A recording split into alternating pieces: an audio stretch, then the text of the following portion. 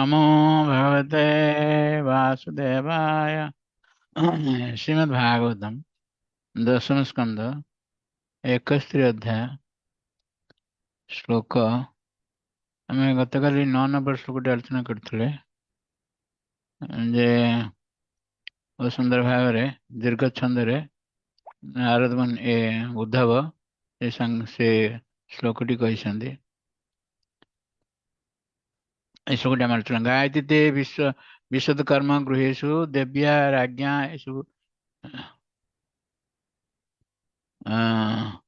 स्वशत्रुबद्ध महात्म विमुक्षण च गोप्यश्च कुंजर पतेर्जनकात्मजायाः पित्रोश्च लब्ध शरणामुनयो भयं च।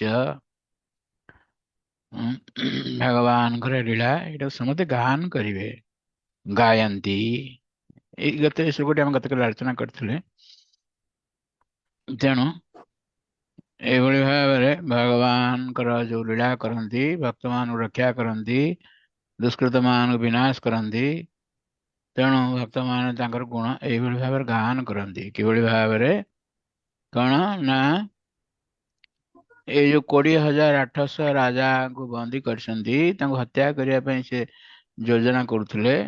ତାଙ୍କର ପତ୍ନୀ ମାନେ ଦେବ୍ୟା ରାଜ୍ञା ସୁଶତ୍ରୁବଦ୍ଧ ଆତ୍ମ ବିମୋକ୍ଷଣ ସେମାନେ ସବୁ ଏଇ ଭଗବାନଙ୍କର ଗୁଣଗାନ କରୁଛନ୍ତି।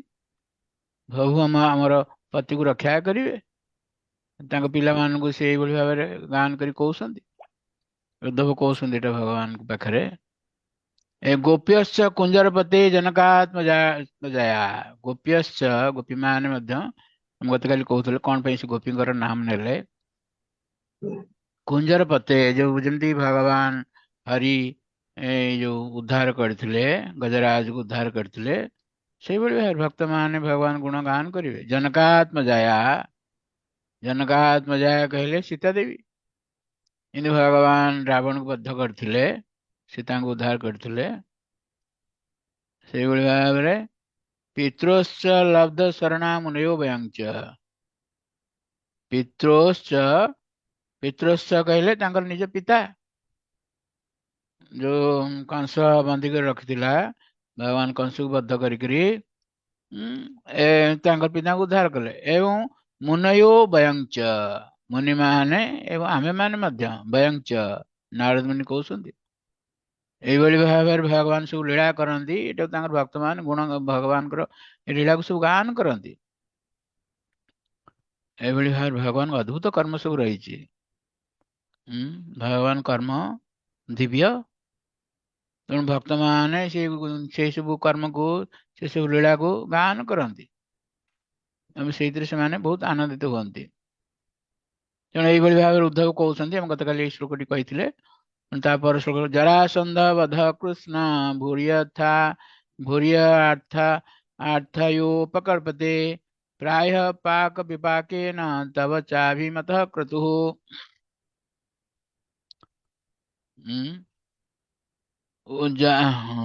जरासंध बध कृष्ण भूरी अर्थायोपकल्पते जरासंध बद्ध हेले बहुत किसी तार तापर सब घटना घटिव जो पर सब आसो सेटा कृष्ण भूरी अर्थ उपकल्पते बहुत किसी अर्थ से प्रदान करिव भगवान ये जरासंध को बद्ध करने द्वारा प्राय पाक विपाके न तव चाभिमत क्रतु पाक विपाके न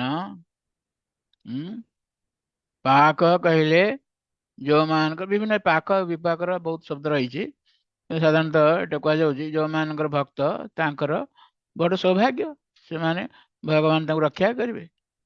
आ विपाक जरासंध इत्यादि असुर माने से जो भगवान हत्या करेंगे तांकर पाप कर्म फल से मृत्युवरण करेंगे। तब चाहे मत क्रतु क्रतु कहले यज्ञ ये जो अश्वमेध यज्ञ कौन से राजस्व यज्ञ हम यहाँ मत भगवान को अभिमत भगवान चाहती से भगवान चाहते राम राज्य जमती रही कृष्ण राज्य भगवान रामचंद्र डायरेक्ट सीधा सड़क सी थे सम्राट थे राजा थे राज्य चलता। एवं भगवान कृष्ण निजे राजा न भक्त को राजा कर युधिष्ठिर महाराज को। ये हूँ कृष्ण राज्य। एका भली राम राज्य जो भली भाव में प्रजा माने शांति रही भगवान कृष्ण राज्य से भाव प्रजा माने शांति रोते। भगवान स्वयं अच्छी तेणु केते सौभाग्य प्रजा मानकर केते सौभाग्य जो माने भगवान शरण जीवे से भगवत धाम को जीवे एवं जो माने भगवान विपक्ष जीवे भगवान धाम को जीवे द्वारा मृत्युवरण करके भगवत धाम को जीवे। ए श्लोकटी एटा कहते आम तृतीय स्कंद द्वितीय अध्याय एटा कहते उद्धव कहते विदुर को तथैव चान्ये नरलोक वीरा जवे कृष्ण मुखारविंद नेत्रे पिबन्त्यो नयनाभिराम पार्थास्त्रपूता पदमापुरस्य। तृतीय स्कंद द्वितीय अध्याय श्लोकटी उद्धव कहते विदुर को। एवं से जो महाभारत युद्ध रे नरलोक वीरा जो आहवे कृष्ण मुखारविंदे से जो युद्ध युद्ध बैटल फील्ड रे कुरुक्षेत्र युद्ध भूमि रे से भगवान मुखारविंद को दर्शन करते पान करते युद्ध क्षेत्र रे नेत्रे पिबंत नयनाभिराम नेत्र द्वारा भगवान को सौंदर्य को पान करते एवं पार्थास्त्र पूता पार्थ कहले अर्जुन जो गांडीव धनुरे सब हत्या करुले शर मारुले पदमापुर से भगवत धाम को जाऊले पदम कहले भगवत धाम को जाऊले से भाव भगवान का अद्भुत लीला।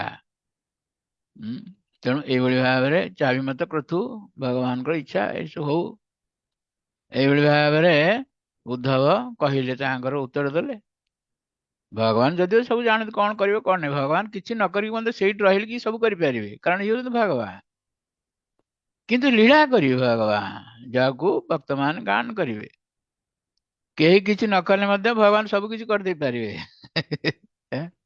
भगवान कुआड न जाए किसी न करके सब किसी करें भगवान किंतु ये जो भगवान सब लीला कर अद्भुत लीला भगवान कर कले से कले से कले ये समस्ते कौन विद्वान मान मोहित हो जाती भगवान लीला बड़ी भीम भीष्मदेव से कथा कहते जो युधिष्ठिर महाराज महाभारत युद्ध पर से शोक दूर है ना तेणु भगवान नहीं गले भीष्मदेव शयन करते सरसज्जा से भीष्मदेव सब देले उपदेश देले तेणु से गोटे कहते भगवान कहीं सब करते विद्वान मैंने बुझीपार नहीं हस्य करिचित राजन पुमान वेद विदिशित जद विजिज्ञासा युक्ता मुह्यंती कवयोपि।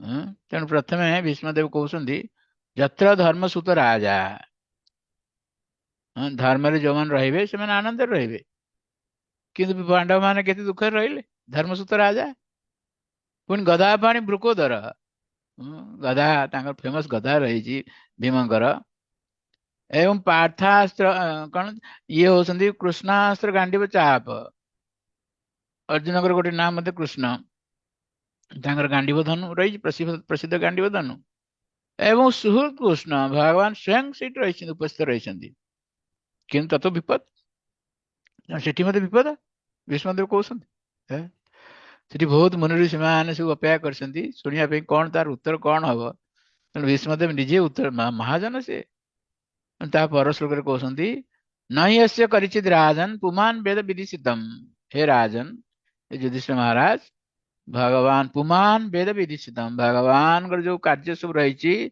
कहीं बुझीपारे ना कौन ये कले जद विजिज्ञासा युक्ता जदि से जिज्ञासा करेंगे कहीं कले भगवान ये लीला कहीं कले कले ताले से मुह्यंती कवि विद्वान व्यक्ति मान मोह हो जाती भगवान ब्रह्मा द्वितीय स्कंद षष्ठ अध्याय कहते कथा जहाँ को आम जापारूना तत्व को कि लीला को गान करुचु भगवान ये कले से कले ये लीला गान कर आनंदित हमें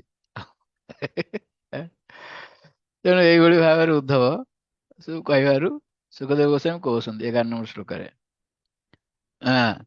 श्री सुख इति उद्धव वचो राजन सर्वतो भद्रमच्युत देवर्षि जदुबुद्धश्च कृष्णश्च प्रत्यपूजयन इति ये भाव उद्धव वचो उद्धव ये भाव कह राजन यहाँ कहते सुखदेव गोस्वामी परीक्षित महाराज को କହୁଛନ୍ତି ସର୍ବतो ଅଭଦ୍ରମ ଅଚ୍ୟୁତ, ସର୍ବतो ଭଦ୍ରମ ଅଚ୍ୟୁତ, ସମସ୍ତଙ୍କର ଭଦ୍ର ହବ। ଏଇଭଳି ଭାବରେ ସବୁ କହିଲେ, ଉଦ୍ଧବ ଯୋଉ କଥା କହିଲେ ସମସ୍ତଙ୍କର ମଙ୍ଗଳ ହବ। ଦେବର୍ଷି ଯଦୁବୃଦ୍ଧସ୍ୟ, ଦେବର୍ଷି ନାରଦ ମୁନି ସେଠି ଅଛନ୍ତି, ଏବଂ ଯଦୁବୃଦ୍ଧସ୍ୟ, ସେ ସଭାରେ ଆଲୋଚନା ଚାଲିଛି, ଦ୍ୱାରକା ସେ ସଭାରେ ଏଇସବୁ ଆଲୋଚନା ଚାଲିଛି, ସେଠି ଯଦୁବୃଦ୍ଧ ମାନେ ମଧ୍ୟ ରହିଛନ୍ତି, କନିଷ୍ଠ ବ୍ୟକ୍ତି ମାନେ ମଧ୍ୟ ରହିଛନ୍ତି, ଯାଦବ ମାନେ, ଯଦୁବୃଦ୍ଧ ମାନେ ରହିଛନ୍ତି, ଏବଂ ଯୋଉମାନେ କନିଷ୍ଠ ବ୍ୟକ୍ତି ମାନେ ମଧ୍ୟ ସବୁ ରହିଛନ୍ତି। କୃଷ୍ଣଶ୍ଚ ପ୍ରତ୍ୟପୂଜୟନ୍, ଏଇଭଳି ଭାବରେ ଯୋଉ କଥା କହିଲେ ସେ ସମସ୍ତଙ୍କୁ ପୂଜା କଲେ, ଉଦ୍ଧବ ଯୋଉ କଥା ମାଧ୍ୟମରେ ସମସ୍ତଙ୍କୁ ପ୍ରତି ଅପୂଜୟନ୍, ପୂଜା କଲେ। ତେଣୁ ଏ ଶ୍ଲୋକରେ କହୁଛନ୍ତି,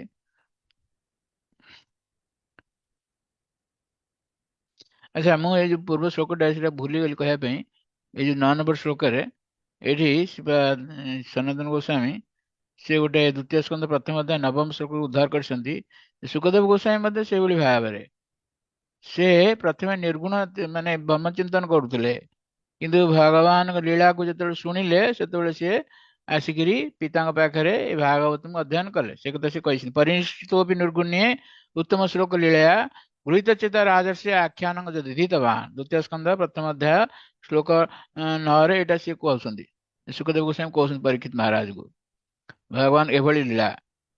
ତେଣୁ ଇଏ କହିବାର ଉଦ୍ଦେଶ୍ୟ ହଉଛି ବହୁତ ବିସ୍ତାର ଭାବରେ ରହିଛି, ସନାତନ ଗୋସ୍ୱାମୀ ଦେଇଛନ୍ତି ଦୀକ୍ଷା ଏମାନେ ତାଙ୍କର ଟୀକାରେ, ମୁଁ ଖାଲି ସଂକ୍ଷେପରେ କହିଦେଲି। କହିବାର ଉଦ୍ଦେଶ୍ୟ ଥିଲା ଉଦ୍ଧବଙ୍କର ଏଇ ରାଜସ୍ୱ ଯଜ୍ଞ ପରେ କଣ ହବ ନା ଦନ୍ତବକ୍ର ଶିଶୁପାଳକୁ ହତ୍ୟା କରାଯିବ ରାଜସ୍ୱ ଯଜ୍ଞରେ। ଶିଶୁପାଳର ସଖା ହଉଛନ୍ତି ଦନ୍ତବକ୍ର, ଏଇ ଯୋଉ ଦୁଇ ଭାଇ ଏମାନେ, ଶିଶୁପାଳ ଦୁଇ ଭାଇ ଇଏ, ଶିଶୁପାଳ ଦନ୍ତବକ୍ର ଏମାନେ ହଉଛନ୍ତି ଜୟ ବିଜୟ, ଯିଏକି ସତ୍ୟ ଯୁଗରେ ଆସିଥିଲେ ହିରଣ୍ୟାକ୍ଷ ହିରଣ୍ୟକଶିପୁ, ତ୍ରେତୟା ଯୁଗରେ ଆସିଲେ ରାବଣ କୁମ୍ଭକର୍ଣ୍ଣ, ଦ୍ୱାପର ଯୁଗରେ ଶିଶୁପାଳ ଦନ୍ତବକ୍ର। ତେଣୁ ଶିଶୁପାଳକୁ ଯେତେବେଳେ ଦଶମ ସ୍କନ୍ଧ 74 75 ଅଧ୍ୟାୟରେ ସବୁ ବର୍ଣ୍ଣନା କରାଯିବ, ଭଗବାନ ହତ୍ୟା ରାଜସ୍ୱ ଯଜ୍ଞରେ ହତ୍ୟା ହବ, ଏସବୁ ଚାଲିବ, ଏଇସବୁ କଥା ସବୁ ଆସିବ ପରେ। ତେଣୁ ଦନ୍ତବକ୍ର ଯାଇକିରି ଯୁଦ୍ଧ କରିବେ ଦ୍ୱାରକା ଉପରେ, ଏବଂ କହିକିରି ଆଉ ଜଣେ ଆସିବେ ଦ୍ୱାରକା ଉପରେ ଆକ୍ରମଣ କରିବେ।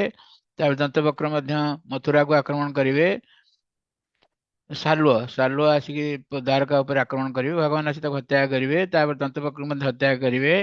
ଦନ୍ତବକ୍ରକୁ ହତ୍ୟା କରିକିରି ସେ ମଥୁରାରେ ବର୍ତ୍ତମାନ ସେ ସ୍ଥାନଟି ରହିଛି ଦତିହା ବୋଲି ଗୋଟେ ରହିଛି, ଯୋଉଠି ଭଗବାନ ସେ ଦନ୍ତବକ୍ରକୁ ହତ୍ୟା କରିଥିଲେ।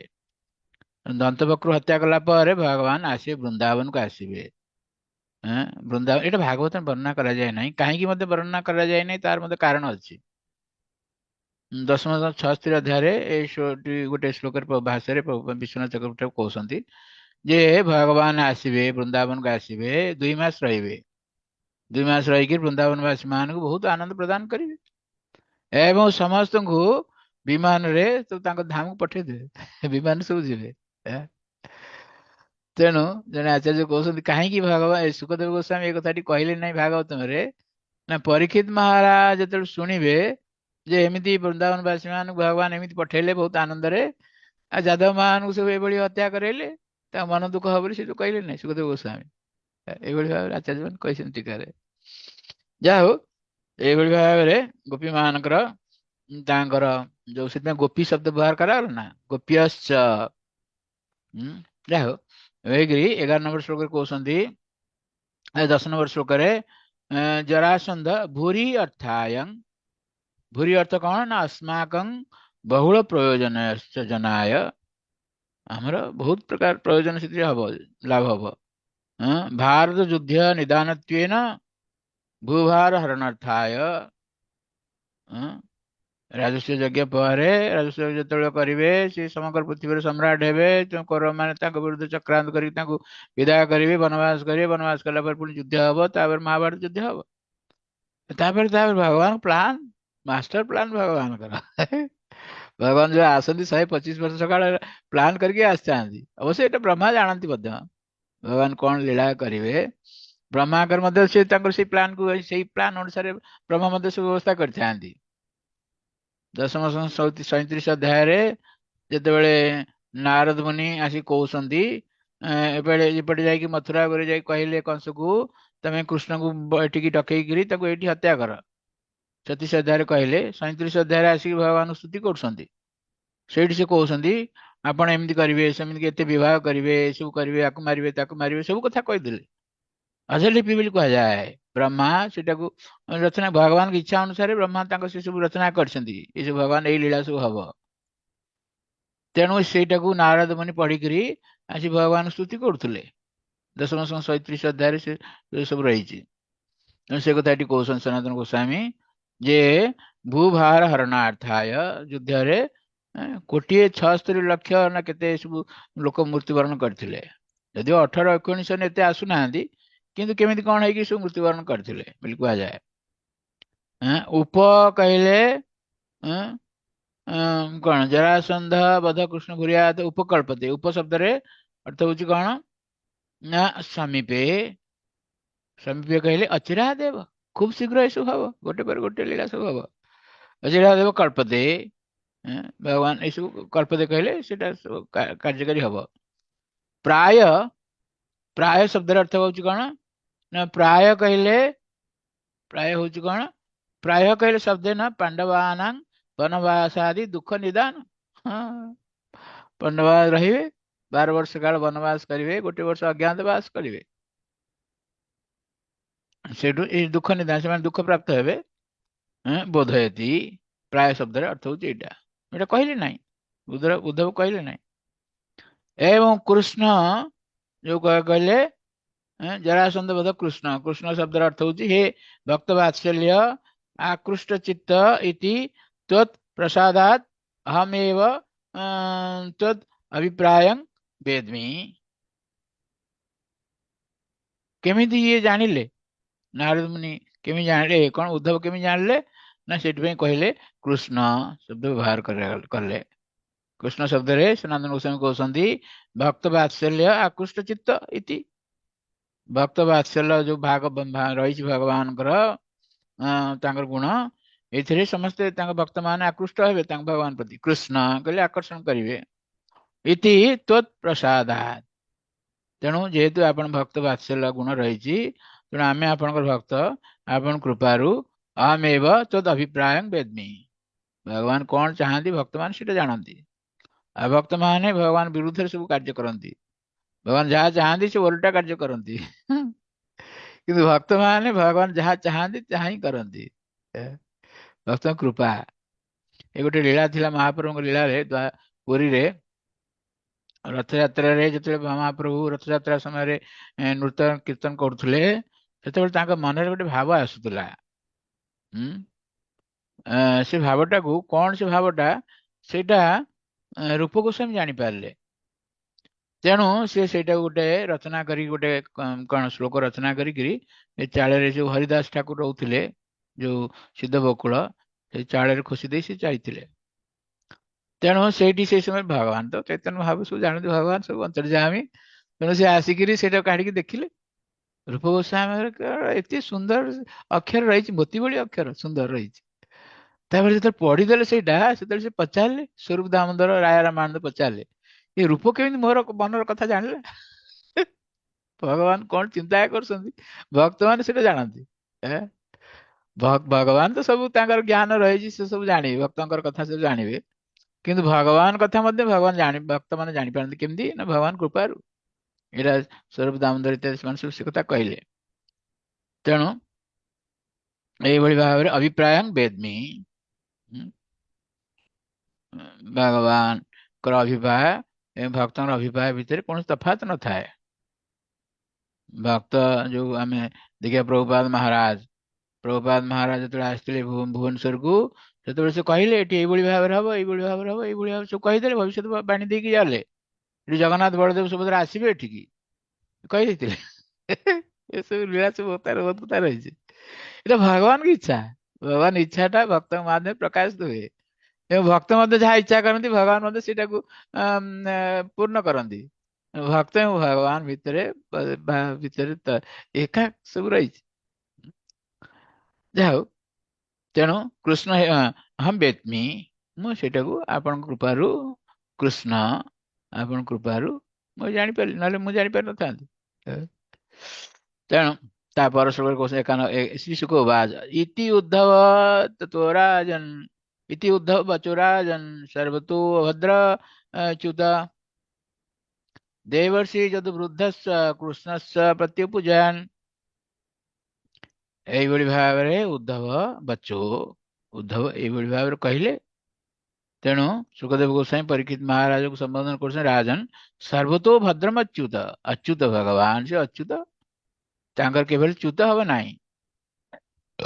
ବା ତାଙ୍କ ଯୋଉ ପ୍ଲାନ ପ୍ରୋଜେକ୍ଟ କରିଛନ୍ତି ସେଟା ଭଙ୍ଗ ହେଇଗଲା, ଅଲଗା ଅଲଗା ବିଭିନ୍ନ ପ୍ରକାର ବିଭିନ୍ନ ବିପରୀତ ପରିସ୍ଥିତି ଆସିଲା, ଭଗବାନଙ୍କର ଯୋଉ ପ୍ଲାନ କରିଥିଲେ ସବୁ ଚ୍ୟୁତ ହେଇଗଲା ନା, ଅଚ୍ୟୁତ ସିଏ, ଯାହା ଚିନ୍ତା କରିଥିଲେ ତାହା ହିଁ ହବ, ଭଗବାନ ସିଏ।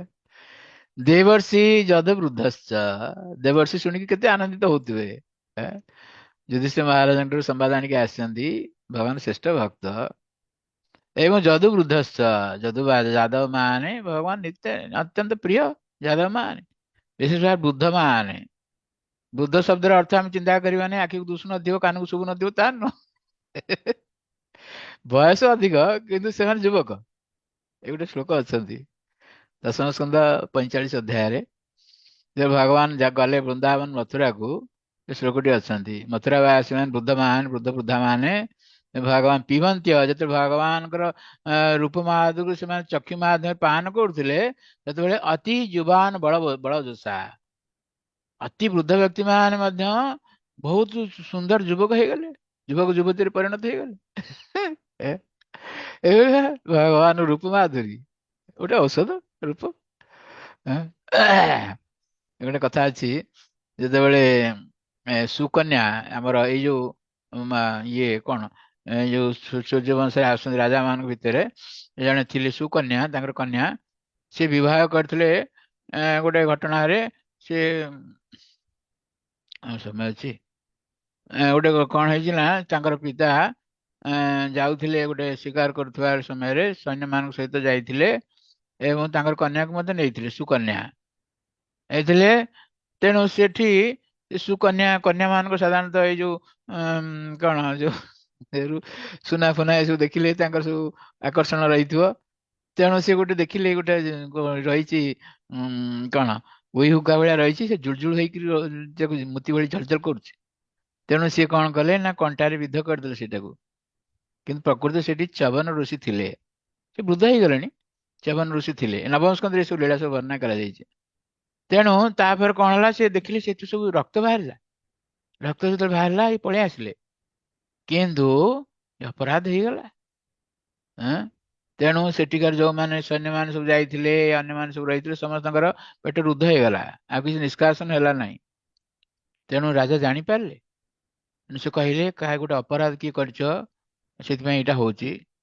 ତାଙ୍କ କନ୍ୟା କହିଲେ ଏଇଭଳି ଭାବରେ ହେଇଥିଲା। ତେଣୁ ସେ ଆସି ଜାଣିଲେ ଇଏ ହଉଛି ଚବନ ଋଷି, ସେଇଠି ଥିଲେ, ସେ ଉଇକା ଭିତରେ ରହିଥିଲେ, ସେ ଧ୍ୟାନ କରୁଥିଲେ, ଉଇ ଉଙ୍କା ହେଇଗଲାଣି। ତେଣୁ ଯେତେବେଳେ ରାଜା ଯାଇକି ତାଙ୍କ ପାଖରେ କ୍ଷମା ପ୍ରାର୍ଥନା କରୁଥିଲେ, ସେଇ ସମୟରେ ସେ ଖାଲି ପଚାରିଦେଲେ ଆପଣଙ୍କର ଝିଅଙ୍କର ବୟସ କେତେ। ଏଇଥିରୁ ରାଜା ଜାଣିପାରିଲେ ସେ ଚାହୁଁଥିଲେ ବିବାହ କରିବା ପାଇଁ। ତେଣୁ ରାଜା ତାଙ୍କ କନ୍ୟା ମଧ୍ୟ ରାଜି ହେଇଗଲେ, ସୁକନ୍ୟା ତାଙ୍କୁ ବିବାହ କଲେ, ବୃଦ୍ଧ ଇଏ କିନ୍ତୁ ଯୁବତୀ ଇଏ ବିବାହ କଲେ। ଏଇ ସମୟରେ ଇଏ ଆସିଲେ, ଦେବତା ମାନଙ୍କର ଯୋଉ ରହିଛନ୍ତି 2 ଜଣ ଦେବତା ଅଶ୍ୱିନୀ କୁମାର, ଏମାନେ ସବୁ ବୈଦ୍ୟ, ଦେବଲୋକରେ ଏମାନେ ସବୁ ବୈଦ୍ୟ, ବହୁତ ତାଙ୍କର ସବୁ ରହିଛି, ବିଦ୍ୟା ରହିଛି। ତେଣୁ ସିଏ ଆସିଲେ, ସେମାନେ ଦେବତା ମାନଙ୍କର ଲୋକରେ ସେମାନେ ତାଙ୍କୁ ଦେବତା ମାନଙ୍କ ସହିତ ସମାନ ଭାଗ ସେ ପ୍ରାପ୍ତ ହେଇପାରୁନଥିଲେ, କାରଣ ସେ ଭାବୁଥିଲେ ଇଏ ସବୁ ଶୂଦ୍ର, ବୈଦ୍ୟ ମାନେ ଏମାନେ ସେବା କରୁଛନ୍ତି ଦେବତା ମାନଙ୍କର, ଏମାନେ ଶୂଦ୍ର, ଏଇଭଳିଆ ତାଙ୍କୁ ସମାନ ଭାଗ ଦଉନଥିଲେ। ତେଣୁ ସିଏ ଆସିକିରି ଚବନ ଋଷିଙ୍କୁ ଅନୁରୋଧ କରିବାରୁ ଚବନ ଋଷି ଗୋଟେ ଯଜ୍ଞ କରିକି ତାଙ୍କୁ ସମାନ ଭାଗ ପ୍ରଦାନ କଲେ। ତେଣୁ ତା ବଦଳରେ ସେମାନେ କଣ କଲେ ନା, ବୃଦ୍ଧ ବ୍ୟକ୍ତି ଥିଲେ, ତାଙ୍କୁ କଣ କଲେ, ଗୋଟେ କୁଣ୍ଡ ତିଆରି କଲେ, ଆୟୁର୍ବେଦିକ କୁଣ୍ଡ କରିକି 2 ଜଣ ଯାକ ତାଙ୍କୁ ଧରିକିରି ଭିତରୁ ପ୍ରବେଶ କରିଗଲେ ସେ କୁଣ୍ଡ ଭିତରେ। ଆଉ ଯେତେବେଳେ ବାହାରି ପଡିଲେ, ଦେଖିଲା 3 ଜଣ ଯାକ ଯୁବକ ରହିଛନ୍ତି, ବହୁତ ସୁନ୍ଦର ଯୁବକ। ତେଣୁ ସେ କହିଲେ, ସେମାନେ ତାଙ୍କ ଭିତରେ କିଏ କହିଲେ ଯେ ତମର ପତିକୁ ତମ ଚିହ୍ନିକି ନିଅ, କିଏ ତମର ପତି। ସିଏ କହିଲେ ନା, ମୁଁ ଜାଣିପାରୁନାହିଁ, ଆପଣ ମତେ କୁହନ୍ତୁ। ଏଇଭଳିଆ ରହିଛନ୍ତି। ବୃଦ୍ଧ ବ୍ୟକ୍ତି ମାନେ ମଧ୍ୟ ଯୁବକ, ଆମର ସେ ବର୍ଣ୍ଣନା କରାଯାଇଛି ଇଏ ଆମର ସୌଭରି ଋଷି, ସୌଭରି ଋଷି ମଧ୍ୟ ଯୁବକ ହେଇଯାଇଥିଲେ। ମାନ୍ଧାତାଙ୍କର 50 କନ୍ୟାକୁ ବିବାହ କରିଥିଲେ, ଏସବୁ କଥା ରହିଛି ନବମ ସ୍କନ୍ଧରେ ସବୁ ବର୍ଣ୍ଣନା କରାଯାଇଛି। ଆମର କହିବାର ଉଦ୍ଦେଶ୍ୟ ଥିଲା ଏଇ ଯେ ବୃଦ୍ଧ ଯୋଉ ରହିଛି, ବୃଦ୍ଧ ବୋଇଲେ ପ୍ରକୃତ ସେମାନେ ବୃଦ୍ଧ ନୁହନ୍ତି, କିନ୍ତୁ ବୟସରେ ଅଧିକ ରହିଛନ୍ତି। ଯଦୁ ବୃଦ୍ଧଶ୍ଚ, ଚ ଶବ୍ଦରେ ଅନ୍ୟମାନଙ୍କ ମଧ୍ୟ ସେ ରହିଛି, କୃଷ୍ଣଶ୍ଚ, ଏବଂ ପୁଣି ଏଠି ଆଉ ଗୋଟେ ଚ ରହିଛି, ପ୍ରତ୍ୟେକ ପୂଜୟନ୍। ଏଇଭଳି ଭାବରେ ଉଦ୍ଧବଙ୍କର ବଚନରେ ସମସ୍ତେ ପୂଜିତ ହେଲେ। ଏ ଶ୍ଲୋକରେ ଶିବ ସନାତନ ଗୋସ୍ୱାମୀ କହୁଛନ୍ତି, ଇତି ଏତଦ୍ ହେ ରାଜନ୍ ଇତି ସର୍ବେ ଉଦ୍ଧବ ବଚ। ପ୍ରତିପୂଜନେନ ପ୍ରମୋଦୋଦୟାତ୍। ସମସ୍ତେ ପ୍ରତିପୂଜନ କହିଲେ ସମସ୍ତଙ୍କର ଆନନ୍ଦ ହେଲେ, ଉଦ୍ଧମଙ୍କ କଥାରେ ସମସ୍ତେ ଆନନ୍ଦିତ ହେଲେ। ଶିବା ସୁଦର୍ଶନ କହୁଛନ୍ତି, ଯଦୁ ବୃଦ୍ଧା କହିବାର ଉଦ୍ଦେଶ୍ୟ ହଉଛି ଇତି ବଦତା ଅନିରୁଦ୍ଧାଦୟ ଦୟ ତଥା ନା ପୂଜୟନ୍ ଇତି ସୂଚିତମ୍। ପ୍ରତ୍ୟପୂଜୟନ୍, ଏଇଟା ଅପୂଜୟନ୍ ମଧ୍ୟ ଆସିବ। ମାନେ ଯଦୁ ବୃଦ୍ଧ ମାନେ ଯେମିତି କିଏ ଆମର ଯୋଉ ରହିଛନ୍ତି, ଯିଏ ରାଜା ଥିଲେ ଉଗ୍ରସେନ ବା ବସୁଦେବ, ଏମାନେ ସବୁ ସେଥିରେ ଆନନ୍ଦିତ ହେଇଗଲେ। କିନ୍ତୁ ଯୋଉ କନିଷ୍ଠ ସବୁ ଯାଦବ ମାନେ ଥିଲେ, ଅନିରୁଦ୍ଧ ଇତ୍ୟାଦି ଭଗବାନଙ୍କର ନାତି ହେବେ, କୃଷ୍ଣଙ୍କର ନାତି, କୃଷ୍ଣଙ୍କର ପୁତ୍ର ହଉଛନ୍ତି ପ୍ରଦ୍ୟୁମ୍ନ, ପ୍ରଦ୍ୟୁମ୍ନଙ୍କ ପୁତ୍ର ହଉଛନ୍ତି ଅନିରୁଦ୍ଧ। ଏମାନେ ଯୋଉ ଥିଲେ ସେମାନେ ସବୁ ଏଥିରେ ସନ୍ତୁଷ୍ଟ ହେଲେ ନାହିଁ। କାହିଁକି? ଏଠି ସୂଚିତମ୍, ଏଇଟା ସୂଚନା କରିଦବା ହଉଛି। କାହିଁକି ନା ସେମାନେ ଚାହୁଁଥିଲେ ଯୁଦ୍ଧ କରିବା ପାଇଁ। ଆଉ ଉଦ୍ଧବ ଏଭଳି କହିଲେ, ଆଉ ତାଙ୍କୁ ଯୁଦ୍ଧ କରିବାକୁ ଯିବାକୁ ପଡିବ ନାହିଁ, ସେ ଯିବେ, ଭୀମ ଏମାନେ ସବୁ ଯିବେ, ତେଣୁ ଏମାନେ ଯୁଦ୍ଧ କରିପାରିବେ ନାହିଁ। ସେଥିପାଇଁ ତାଙ୍କର ମନ ଦୁଃଖ ହେଲା, ସେମାନେ ଆନନ୍ଦିତ ହେଲେ ନାହିଁ। ଏଗୁଡ଼ା କଥା ହଉଛି। ତେଣୁ ଅଥାଦିଶତ୍ ପ୍ରୟାଣାୟ ଭଗବାନ ଦେବକୀ ସୁତ। ସମୟ ହେଇଗଲା, ଆମେ ଏଇଠୁ ଆସନ୍ତାକାଲି କହିବା। ଭୃତ୍ୟାନ୍ ଦାରୁକ ଜୈତ୍ରାତ୍ ଦିନ୍ ଅନୁଜ୍ଞାପ୍ୟ ଗୁରୁନ୍ ବିଭୁ। ଏ ସବୁକୁ ଆମେ ଆସନ୍ତାକାଲି ଆଲୋଚନା କରିବା। ଆମ କଥା ଗୋଟେ ବିଶ୍ରାମ ଦେବା। ଜୟ ଶ୍ରୀମଦ୍ ଭାଗବତମ୍ କି, जय श्री प्रभुपाद महाराज की, जय श्री गुरुदेव की, संवेद गौर भक्त की, जय निताई।